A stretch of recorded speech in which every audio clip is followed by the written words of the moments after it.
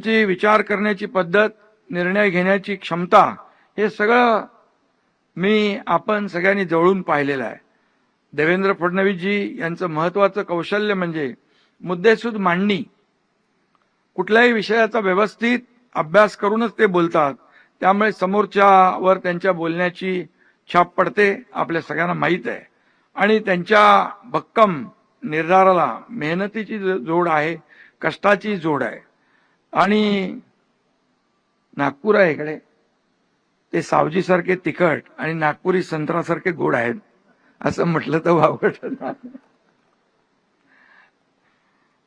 आपल्या भाषणात देवेंद्रजींनी संविधानाचा इतिहास तर मांडलाय, पण त्याहीपेक्षा महत्वाचं म्हणजे संविधानाची वाटचाल कशी झाली हे त्यांनी अत्यंत सोप्या भाषेमध्ये समजावून सांगितलेलं आहे. खरं म्हणजे अनेक रेफरन्सेस त्यांनी दिलेले आहेत, अनेक उदाहरणं दिलेली आहेत.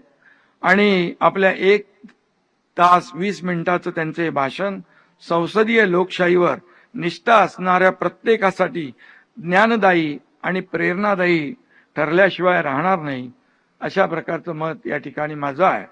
आणि म्हणून त्यांनी अनेक उदाहरणं दिलेली आहेत.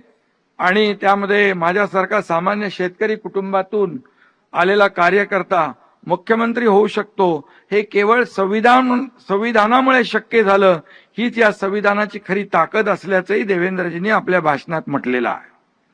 आणि म्हणून अशी अनेक उदाहरणं दिलेली आहेत. राज्यघटना बदलली जाणार असं फेक नरेटिव्ह देखील काही त्यावेळेस अनेकांनी पसरवलं, आणि त्याचाही पर्दाफाश आपल्या भाषणामध्ये देवेंद्रजींनी केला होता. 370 कलमाला भारतरत्न डॉक्टर बाबासाहेब आंबेडकरांचा विरोध होता, त्यांची भूमिका देखील देवेंद्रजींनी दाखले देत सविस्तरपणे मांडली होती. आणि म्हणून बाबासाहेबांची भूमिका प्रत्यक्षात आणण्याचं ऐतिहासिक काम प्रधानमंत्री नरेंद्र मोदीजी आणि गृहमंत्री अमित भाई यांनी पूर्ण केली, असा महत्वपूर्ण उल्लेख देखील त्यांनी आपल्या भाषणामध्ये केलेला. आणि म्हणून मला देखील अभिमान आहे, आमच्या हिंदुहृदय सम्राट बाळासाहेब ठाकरेंचं देखील ते स्वप्न होतं आणि ते देखील स्वप्न पूर्ण झालं. आणि म्हणून भारतरत्न बाबासाहेब आणि त्यांची भूमिका पुढे नेणारे आणि बाळासाहेबांचं स्वप्न साकार करणारे देशाचे लोकप्रिय प्रधानमंत्री नरेंद्र मोदीजी आणि कणखर गृहमंत्री अमित भाईंचा देखील अभिमान आपल्याला सगळ्यांनाच आहे, त्याचाही उल्लेख त्यांनी केलाय. देवेंद्रजी स्वतः मी मगाशी म्हणालो वकील आहेत, त्यामुळे अचूक युक्तिवाद करण्यात त्यांचा हात कोणी धरू शकत नाही. अनेक विषयांची माहिती आणि आकडेवारी त्यांना तोंडपाठ असते. देवेंद्रजी विधिमंडळात आक्रमक भाषणं देखील करतात. विरोधी पक्षात होते त्यावेळी केली, कधीतरी जेव्हा समोरून काही चुकीच्या पद्धतीने आरोप प्रत्यारोप होतात त्याही वेळी आपण त्यांचा आक्रमकपणा पाहिलेला आहे.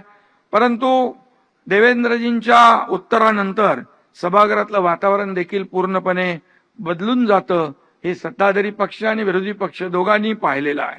आणि म्हणून विरोधकांचे हल्ले परतावून लावताना आक्रमकता तर पाहिजे, पण संयम असेल तर त्याचा परिणाम अधिक होतो, हे देखील देवेंद्रजींनी अनेक वेळा सभागृहामध्ये दाखवून दिलेलं आहे. आणि म्हणून एखादी अप्रिय गोष्ट असली तरी सुद्धा ती सांगायला देखील त्यांनी धाडस दाखवलेलं आहे. पण देवेंद्रजींनी कोणावरही वैयक्तिक टीका टिप्पणी केली नाही, याचे साक्षीदार आपण सगळे आहोत.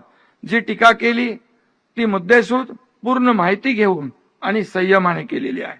हसत खेळत विरोधकांना चितपट करण्याची क्षमता त्यांच्याकडे आहे, ती त्यांनी अनेक वेळा दाखवलेली आहे. टीका, ट्रोलिंग, टेन्शन, टोमणे सहन करण्याची त्यांची क्षमता अफाट आहे.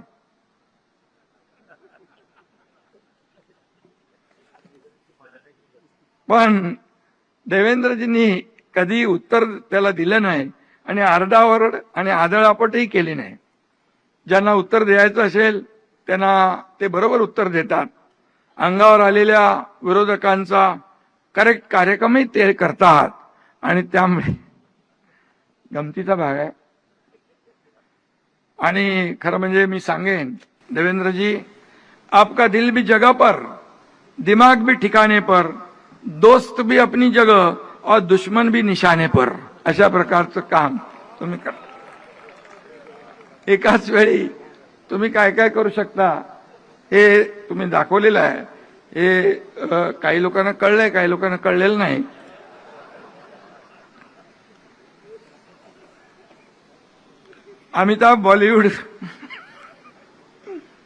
अमिताभ बॉलिवूड मधला बिग बी असेल तर देवेंद्रजी या सभागृहातले बिग डी आहेत.